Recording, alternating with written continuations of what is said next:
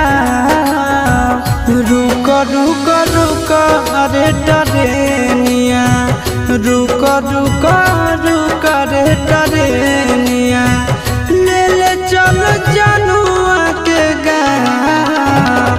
रुक रुक रुक रे टरेनिया।